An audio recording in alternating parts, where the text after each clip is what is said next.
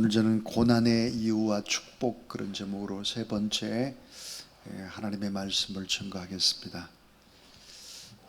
왜 사느냐라고 하는 이 엄청난 질문보다 더 중요한 질문이 있습니다. 그것은 왜 인간에게 고난이 있는가 하는 것입니다. 그래서 고난의 이유와 이 고난의 진정한 축복이 무엇일까 하는 이 주제의 말씀은 깊이 상고해 봐야 될 그런 아주 중요한 진리의 말씀이다 하는 것입니다. 이번 폭우로 인해서 마을이 침수가 되고 삶의 터전이 사라지는 곳곳에서 큰 피해가 발생을 했습니다. 사라지는 곳곳의 집이라든지 또 산이라든지 이런 것들을 보면서 한 기자가 물에 잠긴 마을에 취재를 나갔습니다. 그런데 키우던 소를 건져내지 못해서 발을 동동 구르는 주민의 울음 섞인 절규를 들으면서 기자는 마음이 너무너무 아팠습니다. 기자가 저 멀리서 가방을 품에 품고 걸어 나오는 주민과 마주쳤습니다. 기자는 주민에게 묻기를 그 가방에 무엇이 그렇게 들어있길래 물이 가슴에까지 차는데 그 가방을 들고 나오십니까? 이렇게 물었을 때 주민의 대답은 뜻밖의 대답이었습니다. 우리 아들이 대학생인데 레포트를 작성을 해야 한다는데 노트북과 간단히 입을 수 있는 아들의 옷을 챙기면서 간신히 빠져나오고 있습니다. 아들을 사랑하는 아버지의 마음이 고스란히 전달이 되는 그런 얘기입니다. 물이 다 잠긴 집에서 아마 소중했던 것들이 참 많았을 텐데 아들의 노트북 가방하고 속옷 몇 가지를 가지고 나왔다 그랬습니다. 위급한 홍수의 상황 속에서도 자기 것을 챙기지 않고 자녀의 소중한 것을 먼저 챙기는 아버지, 그 아버지는 참 사랑하는 그런 아버지입니다. 성경은 이렇게 말합니다. 자기 아들을 아끼지 않으시고 우리 모두를 위해서 내어주신 분이 어찌 그 아들과 함께 모든 것을 우리에게 선물로 거저 주시지 않겠느냐 그랬습니다. 자, 우리를 사랑하사 모든 것 주시는 하나님 아버지, 자기의 아들 독생자를 우리 위해서 내어주신 아버지, 가장 좋은 것을 우리에게 주시는 아버지, 너무 소중한 선물, 예수 그리스도의 십자가에 못 박혀 죽으심과 함께 우리에게 주신 선물이 바로 성령입니다. 자, 아들을 주셨다면 무엇인들을 안 두겠느냐. 특별히 기도하는 자에게 아들을 줬는데 은사를 안 주겠느냐. 좋은 것 왜 안 주겠느냐. 좀 꺼주세요.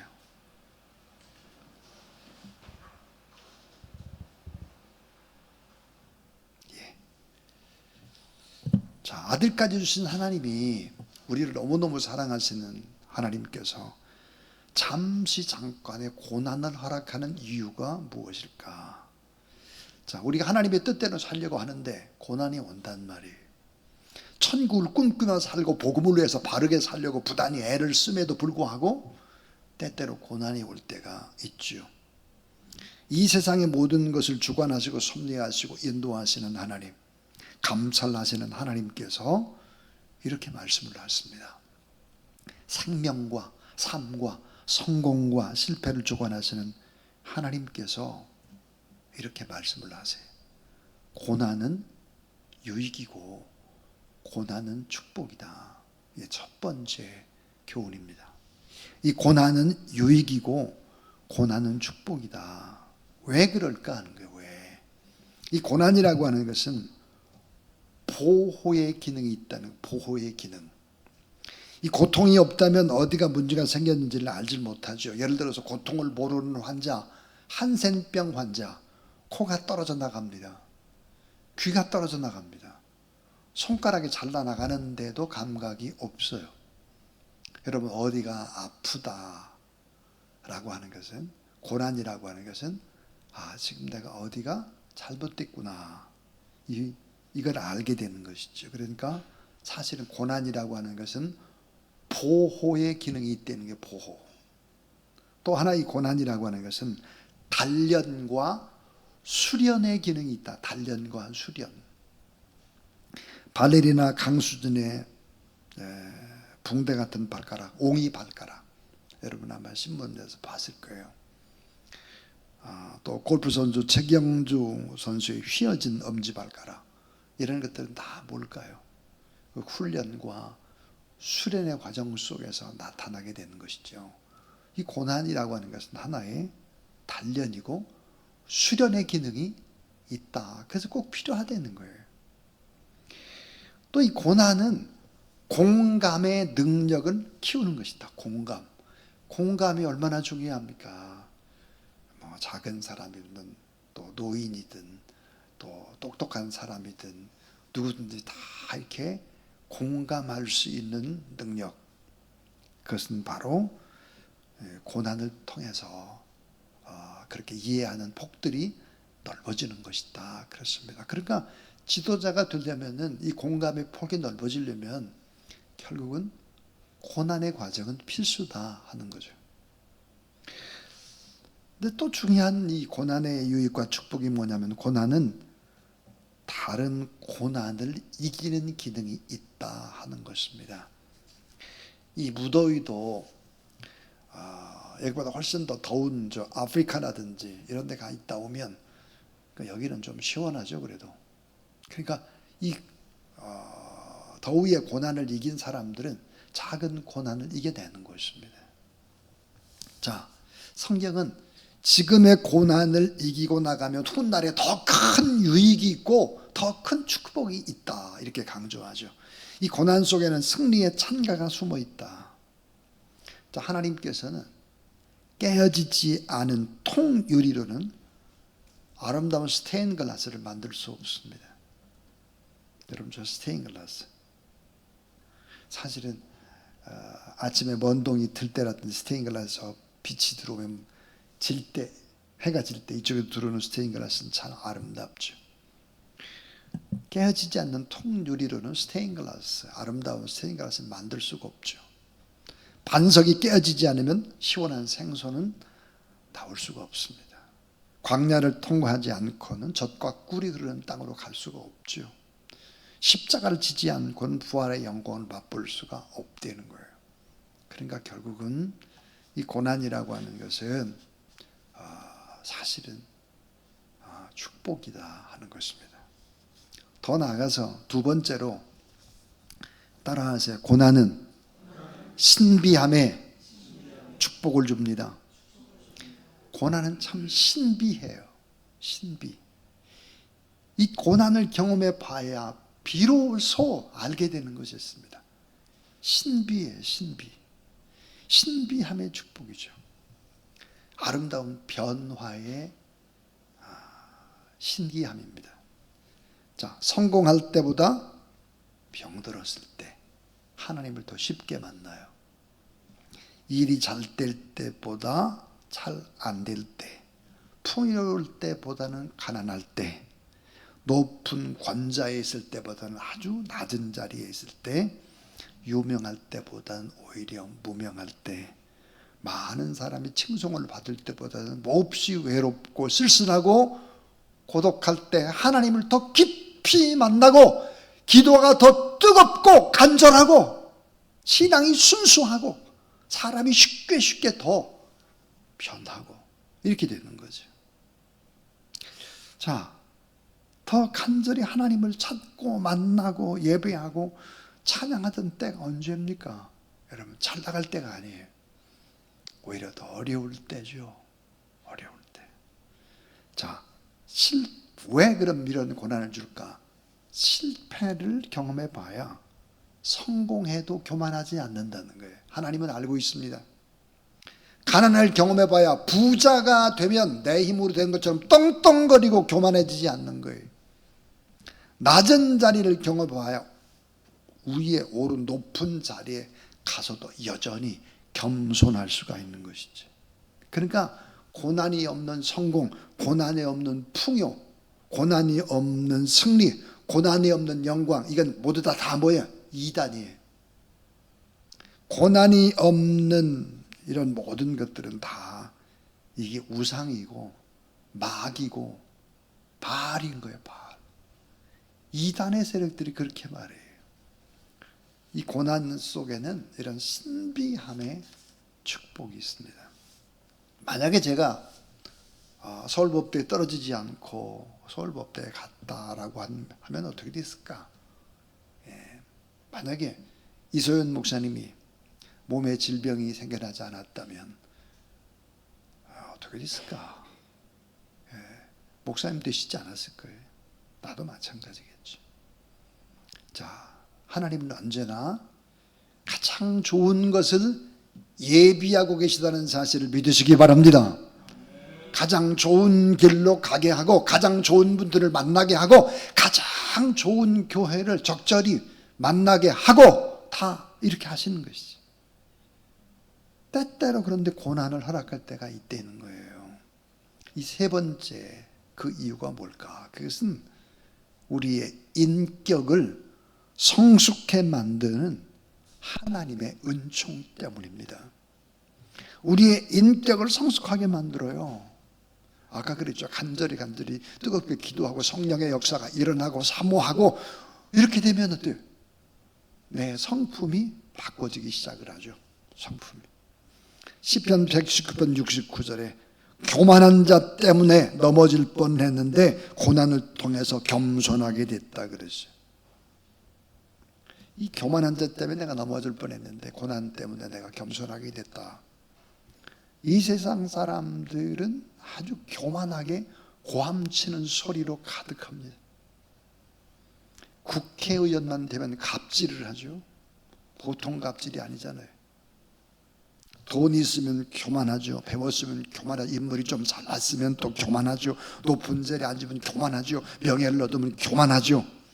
남을 멸시하고 천대하고 무시하죠.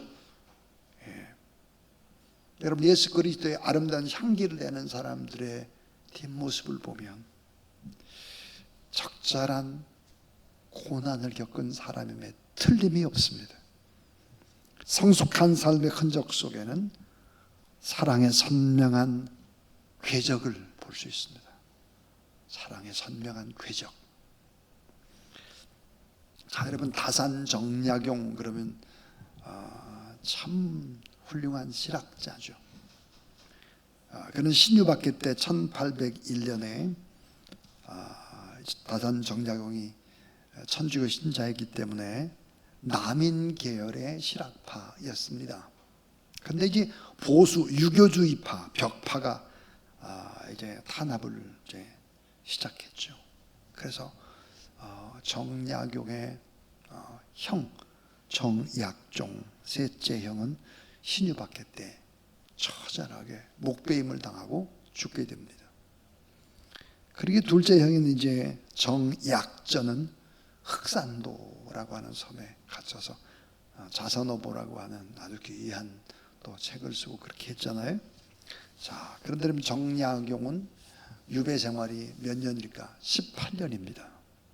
18년. 참 놀라운 기적을 일으키죠. 18년의 유배 생활 가운데 500여 권의 책을 쓰게 됩니다.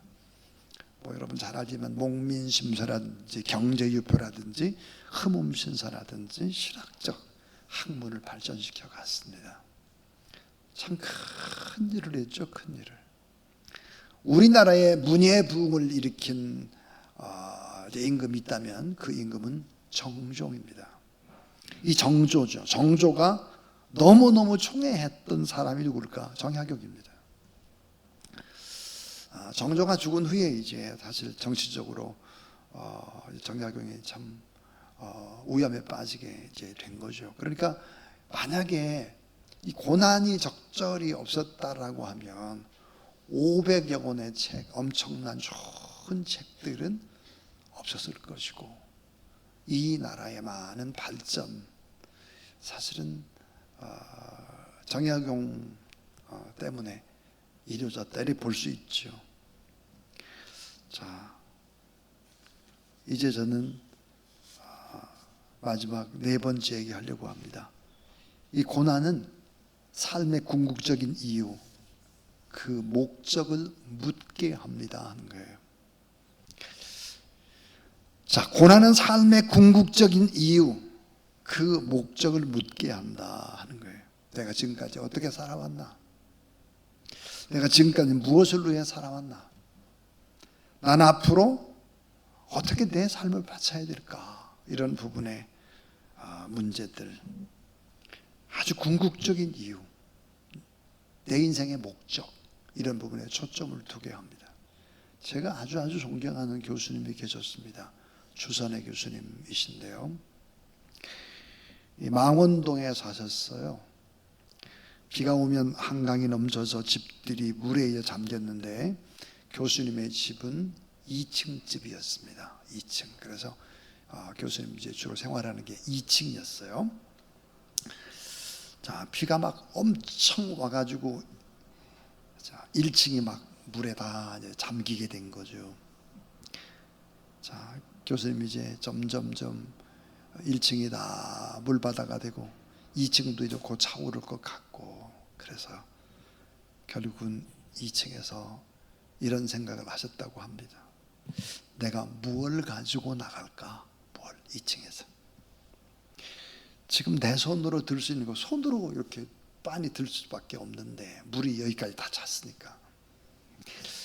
자, 목까지 물이 차오르고 집을 나가서 높은 데로 이렇게 가야 되는데 나는 여기서 무엇을 가지고 나갈까? 가장 소중한 것이 무엇일까? 근데 가만히 생각을 해보니까 가장 소중한 것은 늘 읽고 쓰고 눈물을 흘리고 콧물 묻히고 했던 성경이었습니다. 그래서 성경을, 두툼한 성경을 가지고 물 여기까지 찼으니까 이렇게 하고 빠져나왔다 그랬습니다. 주선의 교수님이 그런 얘기를 했습니다. 물이 그렇게 다 차니까 다 필요 없더라. 그래서 달랑 성경책 하나 가지고 나왔다. 그러면서 저희들에게 이렇게 말씀하셨어요. 참 정말 천국 가는 연습 잘했다. 그렇게 천국 가는 연습 잘했다 그래요. 역시 참 귀한 어르신이죠. 이 고난은 삶의 궁극적인 이유와 그 목적을 묻게 하는 것입니다. 야고보서 1장 2절을 보니까 여러 가지 시험을 만나거든 온전히 기쁘게 여기라 그랬고, 욥기 23장 10절 우리가 잘 아는 대로 나의 가는 길을 그가 아셨나니 나를 단련하신 후에는 정금같이 나오리라 그랬습니다. 이 고난이라는 것은 뭘까? 우리를 하나님의 작품으로 만드는 풀무와 같습니다. 풀무불과 같죠. 오늘 우리가 읽은 베드로전서 4장 12절에 보니까 사랑하는 자들아 너희를 연단하려고 오는 불시험을 이상한 일 당한 것 같이 이상히 여기지 말고 그랬습니다. 사랑하는 우리에게 불시험 있을 수 있다. 이상하게 여기지 말라. 그러면서 13절에 오히려 너희가 그리스도의 고난에 참여하는 것으로 즐거워하라. 이는 그의 영광을 나타내실 때에 너희를 즐거워하고 기뻐하게 하려 함이라 그랬습니다. 예수 그리스도 때문에 받는 고난이 있다면 기뻐해라. 교회 때문에, 복음 때문에 받는 고난이 있다면 기뻐하라. 부끄러워 말고 하나님께 영광을 돌리라. 하나님이 뜻대로 살다 보면 받는 고난이 있는데 그 받는 고난은 진정한 축복이 되고 남을 섬기고 사랑하다가 내가 받는 고난이라고 하는 것은 하늘나라에 상급을 쌓는 얼마나 위대한 일이냐. 다른 사람을 돕고 희생하다가 때로는 빚도 지고 어려움도 당하고 이것이야말로 진정한 축복이라는 거예요. 심지어는 뭐라고 말하느냐, 죄 때문에 만나는 고난까지도 축복이다. 네가 죄를 지어서 그 죄를 받는 징계로 고난받는다면 그것도 축복이야. 네가 하나님의 아들이고 딸이라는 증거다, 이렇게 말씀을 하죠. 자, 주님 가신 그 길을 생각해 보면 주님은 늘 낮은 길이었습니다. 십자가의 그 길이었죠. 주님은 늘 거룩한 고난의 길로 자기의 삶을 몰아넣으셨습니다. 참 지금 교회마저도 이기적인 집단이 돼서는 안 되고, 예수 그리스도를 믿는 사람만이 더 막 계산을 정확하게 해서도 안 되고, 더 많이 좀 베풀고 나누고 섬기고 참고 견디고, 그래서 참 아름다운 그런 귀한 공동체, 우리 주사랑 교회가 되고, 여러분이 정말 걸어다니는 성전으로, 교회로 그렇게 거룩한 주의 일들을 행하는 그런 여러분 되기를 주의 이름으로 축원합니다.